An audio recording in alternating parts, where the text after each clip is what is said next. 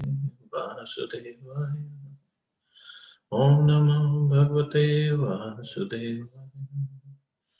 Narayanam Namaskritya Naram Chaiva Narottamam Devim Saraswatim Vyasam Tato Jayamudire Nashtiprayeshu Bhadreshu Nityam Bhagavata Sevya Bhagavati Uttam Shloke Bhakti Bhavati Naistike. So continuing with the discussion on Srimad Bhagavatam, Canto 3, Chapter 27, Understanding Material Nature, text number 27 onwards. So Lord Kapil Dev is further speaking, Yadevam adhyatmarataha kalem bahujanmana sarvatra jata vairagya abram bhuvanan munihi. When a person thus engages in devotional service and self-realization for many, many years and births, he becomes completely reluctant to enjoy any one of the material planets, even up to the highest planet, which is known as Brahmaloka. He becomes fully developed in consciousness. So he becomes completely reluctant to enjoy any of the material planets, even up to the highest planet, Brahmaloka. Anyone engaged in devotional service to the Supreme Personality of Godhead is known as a devotee. But there is a distinction between pure devotees and mixed devotees. A mixed devotee engages in devotional service for some material benefit, whereas a pure devotee engages in devotional service for the spiritual benefit of being eternally engaged in serving the Lord in his transcendental abode in full bliss and knowledge. So, everybody is considered a devotee who is engaged in devotional service. But there's a difference. There's a difference between pure devotees and mixed devotees. So mixed devotee, mixed means along with devotional service, we have some other desires, some karma desires, jnana desires. So a mixed devotee has some desires for material benefit. It could be anything. It could be gross material benefit, it could be subtle material benefit. But a pure devotee is anya vilashita shunyam. Means no other desire other than engaging in service of the Lord. That's all. As Prabhupada says, or in the shloka it says, for many, many births, years and births, when a person does engages in devotional service, for many, many years and births, so it's not something cheap. Pure bhakti is not cheap thing that we can just attain it in one lifetime. It's very rare. That's what in Nectar of Devotion says, Sudurlabha. It's very, very rare. But the process is to engage in mixed devotion service and slowly, slowly, slowly get purified. That's the only process. In material existence, when a devotee is not completely purified, he expects material gain, material benefit from the Lord in the form of relief from material miseries. Or he wants material gain, advancement in knowledge of the relationship between the Supreme Personality of Godhead and the living entity, or knowledge as to the real nature of the Supreme God. When a person is transcendental to these conditions, he is called a pure devotee. He does not engage himself in the service of the Lord for any material benefit or for understanding of the Supreme Lord. His one interest is that he loves the Supreme Personality of Godhead and he spontaneously engages in satisfying him. So that is a pure devotee. The highest example of pure devotional service is that of the gopis in Vrindavan.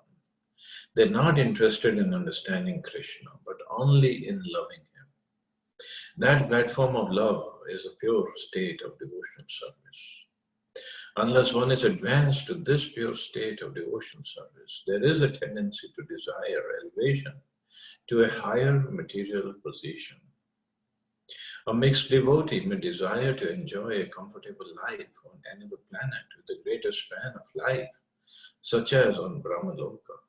These are all material desires. But because a mixed devotee engages in the service of the Lord, ultimately, after many, many lives of material enjoyment, he undoubtedly develops Krishna consciousness. And the symptom of this Krishna consciousness is that he is no longer interested in any sort of materially elevated life. He does not even aspire to become a personality like Lord Brahma. Brahma is the topmost person of this material universe, topmost planet, and in that topmost planet is a topmost person. So a devotee, a pure devotee, does not even aspire to become like Brahmaji. What is his desire? His only desire is to serve Krishna. That's it. No longer interested in any sort of materially elevated life. But again, as I said earlier,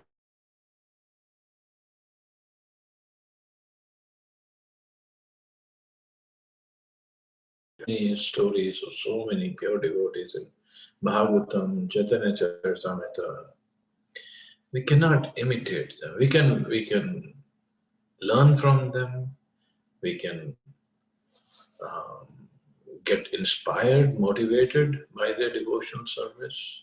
We can pray to them, even if physically they're not there in front of us, but they are always present. So we can always pray to them. Please, please help me. Please, I want to serve like you do. Just like Nectar Devotion says, Raga Nuga Bhakti. Raga Nuga means Rag Anuga. Anuga means to follow. To follow who? Ragatmika Bhakta. Ragatmika, those who are serving the Lord with full love and devotion. If we follow them, if we follow their mood, if we follow their service, if they follow the love they have, then they can bestow this kind of mood upon us as well. And Prabhupada says the highest example of pure devotion service is that of the gopis in Vrindavan. They were the highest, the topmost. Why? They were selflessly serving Krishna. Even at the cost of their life, their prestige, they just wanted to serve him with love and devotion.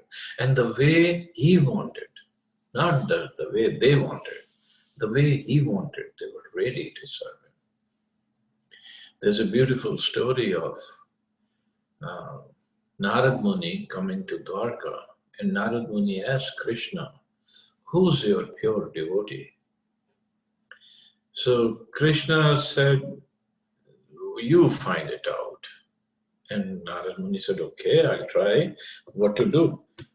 Krishna said, okay, tell everybody you meet that that Dwarkadhish Krishna is having a severe headache. And the only remedy that the doctor has told him is that if he gets the dust of the feet of his devotee and he applies the dust on his forehead, his headache will be gone. So Narad Muni said, it's not a big deal. And there are so many devotees in Dwarka, they will give. Krishna said, okay, you go and you find out, you get me the dirt, and then I'll be cured.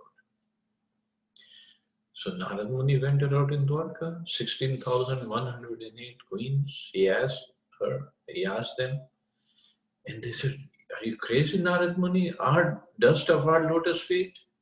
Of course, they didn't say lotus feet. Dust of our feet? I mean, we are going to go to hell if the dust of our feet goes to the forehead of Krishna. We cannot do that. This is insult for Krishna. Narad Muni pleaded them. Krishna is suffering. They said, no, no, no, we cannot give. This is offensive. Narad Muni went to Uddhav, Akrurji, other devotees, wonderful devotees. They said, no, we cannot do that. So Narad Muni went all over. He could not find. Finally, he came to Vrindavan and he saw some gopis were putting at the well, and they were just getting some water out of the well for the pots. And Narad Muni approached them and they all did pranam to Narad Muni. And asked, Narad Muni, how come you're here in Vrindavan? What do you want? You look a little disturbed. Narad Muni said, oh, I have a problem. I cannot find the dust of the lotus feet of pure devotees of Krishna. Gopi said, what happened to Krishna? Their only concern is Krishna. Narad Muni said, oh, he has a severe headache. And the Ved, they told him that if he puts the dust of the lotus feet of his devotees on his forehead, then his headache will be cured. Gopi said, that's it? This is all you want? Take the dust, bring a pot, we'll give you the full pot of dust. Take everything, whatever you need. Narad Muni said, do you know if the dust of your feet touches the forehead of Krishna, you will go to hell? And so much of dust you're planning to give, you will be in hell for many, many births. Gopi said, even if we have to stay in hell eternally to give just 1 second of pleasure to Krishna, it's worth it.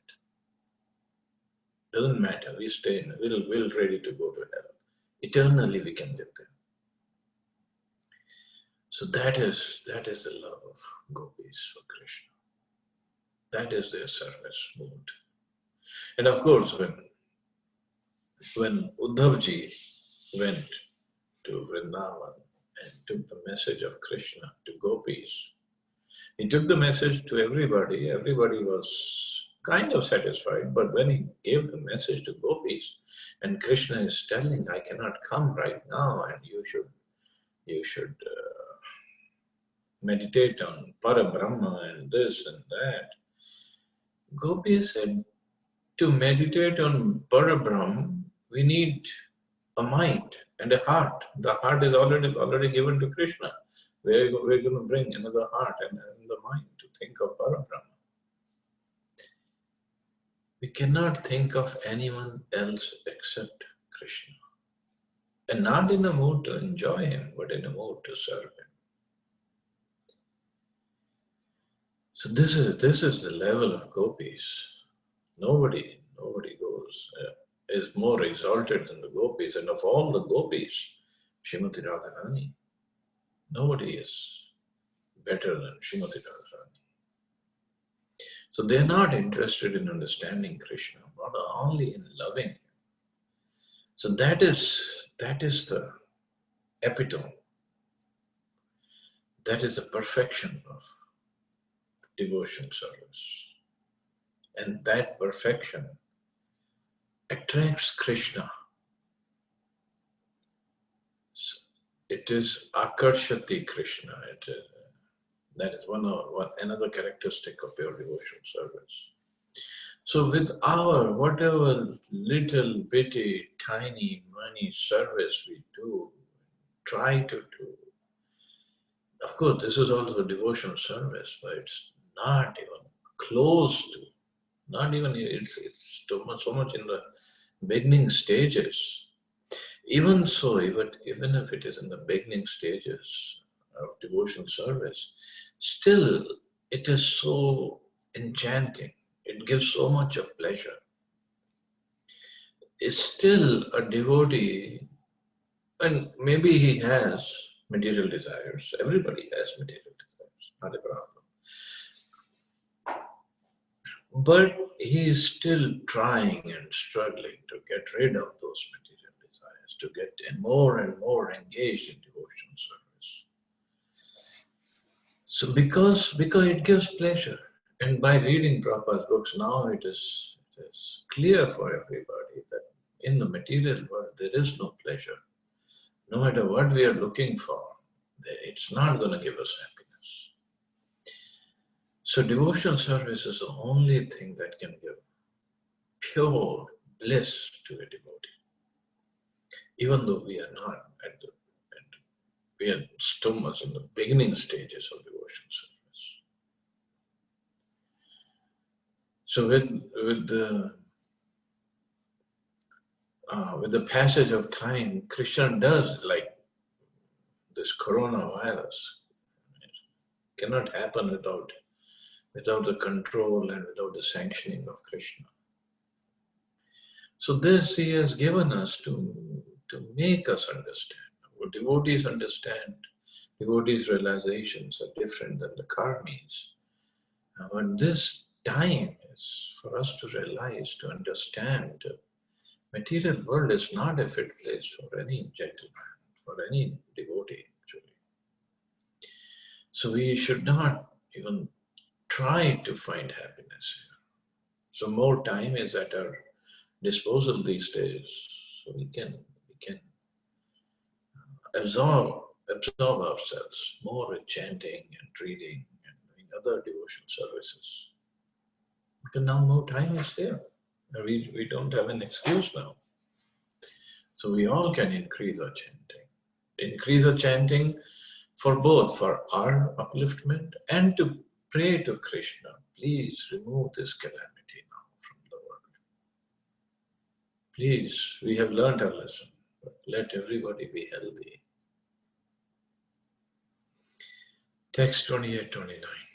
Mad bhakta pratibuddhartho mad prasadena bhuyasam nishreyasam swasansthanam kavalyakhyam madashrayam prapnoti hanjasadhira swadrishachin sanshaya yadgatvana nivarteta yogi lingad vinirgame.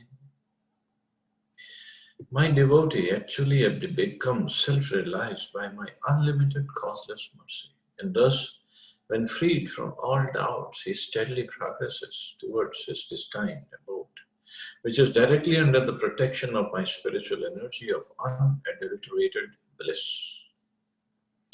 That is the ultimate perfectional goal of the living entity. After giving up the present material body, the mystic devotee goes to that transcendental abode and never comes back.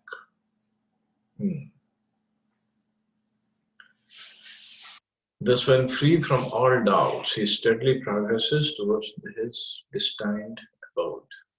And that abode, Krishna says, is full of unadulterated bliss. Unadulterated. Adulterated, like we get adulterated milk. Milk is even not pure in India, at least these days. So adulteration is there, they add something or something. It looks like milk, but it's not real milk. So in material world, the bliss or the happiness, there is some happiness, otherwise we won't even be here. But that is adulterated, that's not pure happiness. And the soul is pure, actually.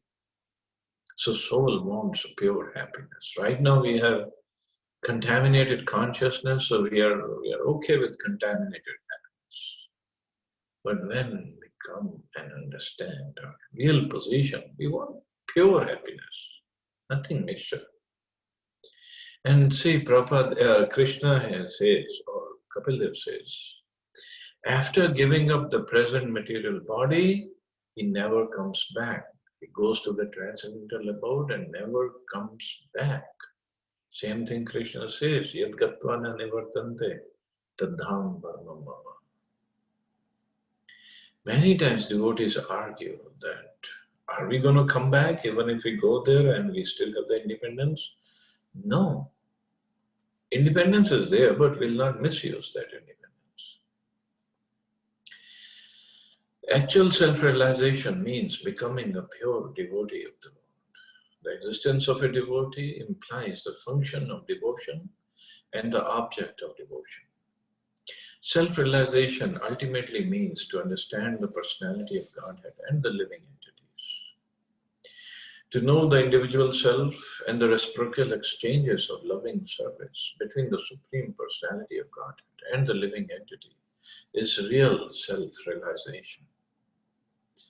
So to self-realization means to understand the personality of Godhead and living entities, to know the individual self and the reciprocal exchanges of loving service is real self-realization.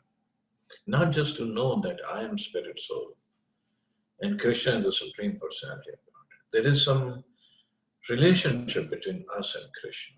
That's all part of self-realization. And how to revive that relationship, how to engage in that relationship, in the service in that relationship, that is self-realization. This cannot be attained by the impersonalists or the transcendentalists. They cannot understand the science of devotional service. Devotional service is revealed to the pure devotee by the unlimited, causeless mercy of the Lord. This is especially spoken of here by the Lord. Mat prasadena, by my special grace. This is also confirmed in Bhagavad Gita. Only those who engage in devotional service with love and faith receive the necessary intelligence from the Supreme Personality of Godhead, so that gradually and progressively they can advance to the abode of the Personality of Godhead. So in Bhagavad Gita, Krishna says, those who engage in loving devotional service of mine, I give them the knowledge by which they come to me.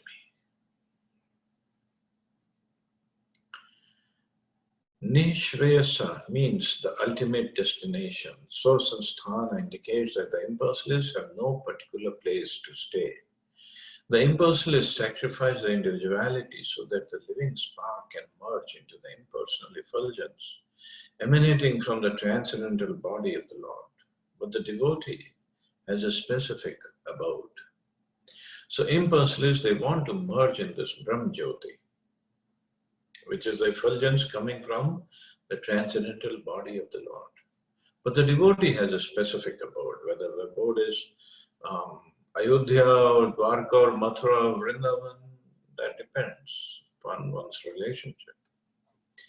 The planets rest in the sunshine, but the sunshine itself has no particular resting place. When one reaches a particular planet, then he has a resting place, even in the material world. The spiritual sky, which is known as Kapila, is simply blissful light on all sides, and it is under the protection of the Supreme Personality of Godhead. As stated in Bhagavad Gita, Brahmano hi pratistham. The impersonal Brahman effulgence rests on the body of the Supreme Personality of Godhead. In other words, the bodily effulgence of the Supreme Personality of Godhead is Kapila, or impersonal Brahman. In that impersonal effulgence, there are spiritual planets which are known as Vaikuntha's, chief of which is Krishna Loka. Some devotees are elevated to the Vaikuntha planets and some are elevated to the planet Krishna Loka. According to the desire of the particular devotee, he is offered a particular abode, which is known as Swasansthan, his desired destination. By the grace of the Lord, the self-realized devotee engaged in devotional service understands his destination, even while in the material body. He therefore performs his devotional activities steadily, without doubting. After quitting his material body, he at once reaches the destination for which he has prepared himself. After reaching that abode, he never comes back to this material world. So according to the desire of the particular devotee, he is offered a particular abode. But that desire of a particular devotee develops as per the constitutional position of the soul. According to the relationship of soul. Every soul has a particular relationship with the Lord in the spiritual world. Whether that relationship is with Lord Ram in Ayodhya, or Lord Nrsimhadev in Nrsimhaloka, or Vamandev, or Krishna, and even with Krishna, whether the relationship of Dwarka, or in Mathura, or in Vrindavan, whether it is in Shantaras, Dasaras, Sakyaras, Madhuraras, Vatsalyaras, everybody has a specific relationship with Krishna. So by engaging in devotional service, slowly, the contamination of consciousness is removed, and that relationship becomes prominent. This is again, it's not an artificial imposition on the soul to have a particular kind of relationship. We cannot force Krishna, no, I want to have the gopi kind of relationship with you, or a manjari kind. We cannot force it upon him. It's whatever our relationship was when we fell down, we'll revive the same relationship when we go back. Once Tamal Krish Maharaj asked Prabhupada, is our relationship with Krishna in the spiritual world, is it static? In the word, in static, by static he means it cannot be changed. Can it be changed? And Prabhupada said, no, our relationship with Krishna is ecstatic, it's not static. Of course, Maharaj wanted to hear if it is dynamic. Dynamic means if it can be changed. So theoretically, yes, it can be changed. But practically, the devotee in his relationship with Krishna is in unadulterated bliss, like in previous verse, we read that.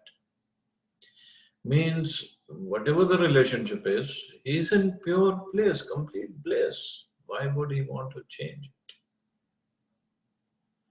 Just like Hanumanji, he is in servant mood of Lord Ram. And that's it. That's the perfect relationship. Why would he want to change it to something else? It's not that only gopis enjoy. Of course, their relationship is considered the topmost. But sakhas of Krishna, they also enjoy. Yashoda Maya is enjoying, Nand Baba is enjoying, parental devotees are enjoying, servants of Krishna are enjoying, Shantras, look at the flute of Krishna, look at these parrots, look at the deer, peacock, they also enjoying. The kadam tree or the tamal tree or any other tree, river Yamuna, they all are in Shantras. They all are enjoying their service. Everybody has a particular service. And in that particular relationship with Krishna. And everybody enjoys the service. Gopis, of course, they are in Madhurya Ras. Even they are envious of the flute in the hands of Krishna. Flute is in Shantras. The gopis are envious. Why flute is always with Krishna and she is tasting the nectar of the lips of Krishna all the time. So we cannot say one is higher or lower from that angle. Yes, from perspective of acharyas, because they have analyzed. So in that way, higher and lower are there, but everybody is in complete bliss. And that is what we need, we want. And here also Prabhupada says, after reaching that abode, he never comes back to this material world. Because he is in complete bliss. Why would he want to go? So then again the question arises, why did we come here in the first place? Okay, somehow made a mistake. That's all.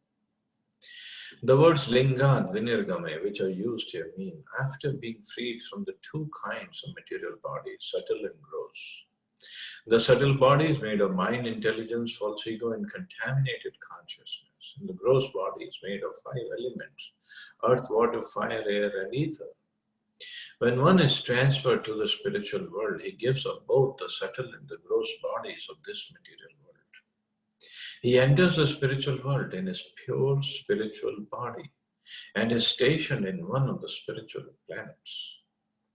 Although the impersonalists also teach that spiritual sky after giving up the subtle and gross material bodies, they are not placed in the spiritual planets. As they desire, they are allowed to merge in the spiritual effulgence emanating from the transcendental body of the Lord. So they merge in Brahm Jyoti because this is what they want. The word source and sthanam is very significant. As a living entity prepares himself, so he attains his abode.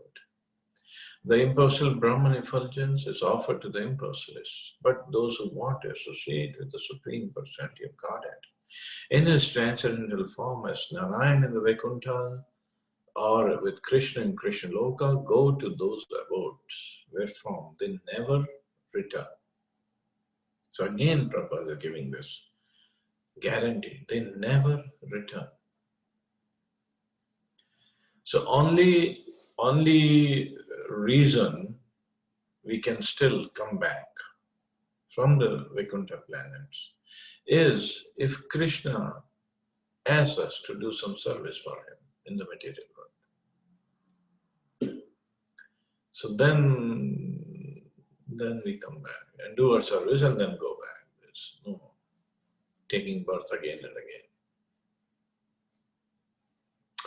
Text 30.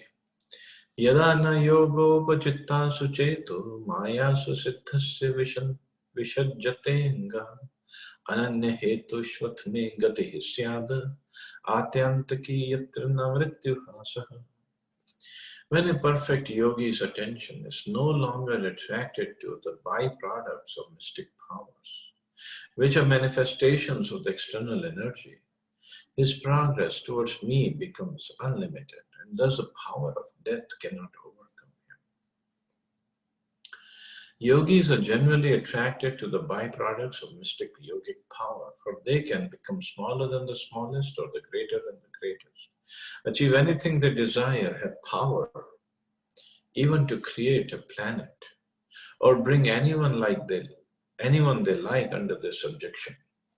Yogis who have incomplete information of the result of devotional service are attracted by these powers, but these powers are material.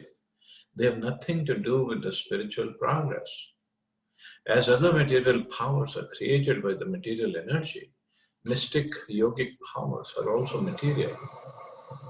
A perfect yogi's mind is not attracted by any material power, but is simply attracted by the unalloyed service to the Supreme Lord. For a devotee, the process of merging into the Brahman effulgence is considered to be hellish. Why is it hellish? Because there is no relationship with Krishna, there is no service to Krishna. It's just like now we are in the lockdown, we are in our houses. We don't like it. We get just getting used to it. But the moment the lockdown is opened, the government makes the announcement, okay, from tomorrow onwards, no more lockdown. Everybody can come out. The moment we find that out, we'll be outside. We will stay inside. So it is hellish to stay in. We are trying to make the best use of this situation. That's a different story. But we don't want to be in there. So similarly, for a soul to be merged in Brahm Jyoti and not doing anything, no relationship, no reciprocation with Krishna or any other living entity is hellish. It's not a very good position. And yogic power, or the preliminary perfection of yogic power to be able to control the senses, is automatically achieved.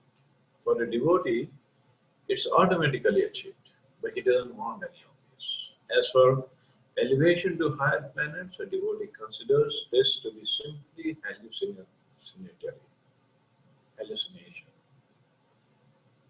Because going to higher planets, Swargaloka, or even higher planets than that, Tapaloka, Janaloka, Mahayaloka, Satyaloka. Even Bhagavad Gita says, Shirne Purnya Marte Loka Vishanti. So after going there, spending some time, once the uh, bank balance of pious activities is over, one comes back, comes down to this material, to this earthly planet. So what is the point in going up and down, up and down, up and down? A devotee's attention is concentrated only upon the eternal loving service of the Lord. And therefore the power of death has no influence over him. In such a devotional state, a perfect yogi can attain the status of immortal knowledge and bliss. So power of death has no influence over him because he is engaged in Krishna service now, and after he leaves this body, gets a new body, he continues with his service. Okay, um, there'll be a break for a few months. That's about it. But anything else, the yogis, they attain after many years of tapasya, they attain some material powers. Of course, they are wonderful material powers, but they are material, nevertheless. A devotee does not get attracted by these. He has no attraction for all this. His only attraction is, how can I serve Krishna? How can I make Krishna happy? And these yogic powers, they don't attract Krishna. Krishna is Yogeshwara. He is the Ishvara, controller of all the yogic powers and all the yogis.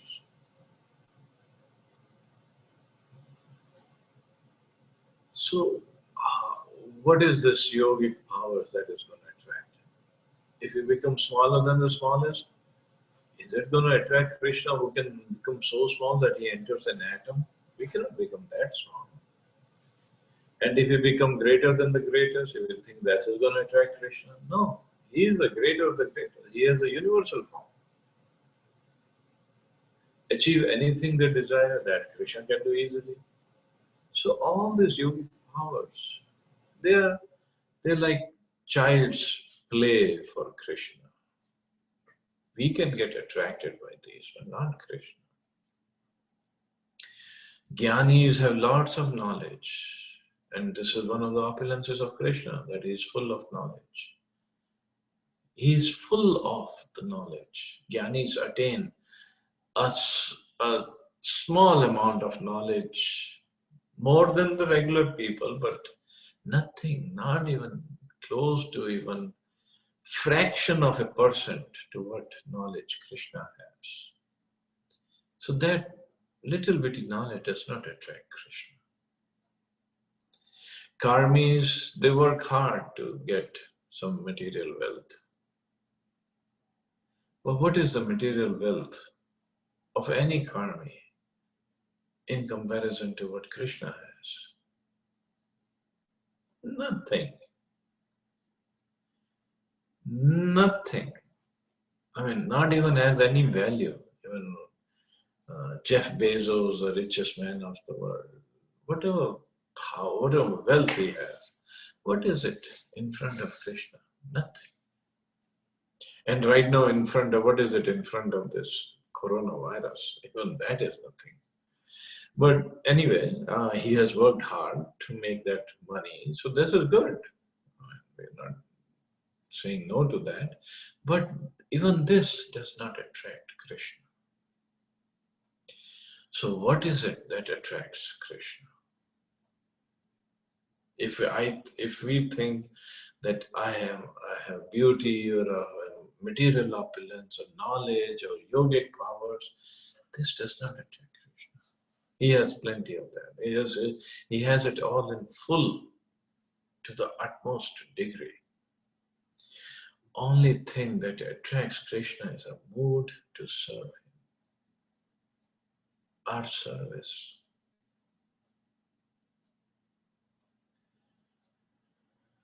So let's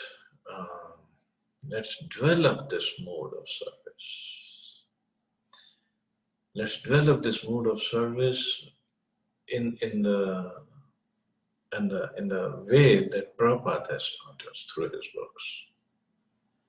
So when we develop that mood, and we not just develop that mood, when we serve Krishna in that mood, proper mood, favorable mood, serving mood, cooperative mood, cooperating with other devotees, that is what pleases Krishna. And that's what we want to do. That's what he wants to see through us, from us. So that's what Prabhupada says, the devotee's attention is concentrated only upon the eternal loving service of the Lord. And therefore the power of death has no influence over him. So that's all we have to do, and that's all we should be aspiring to do.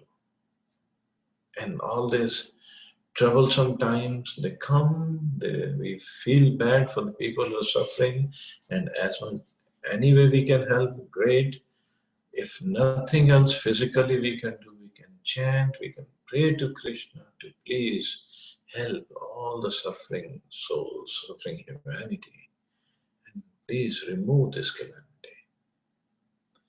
Thank you all very much. So we completed the 27th chapter. So tomorrow we'll start the 28th chapter. Any questions or comments?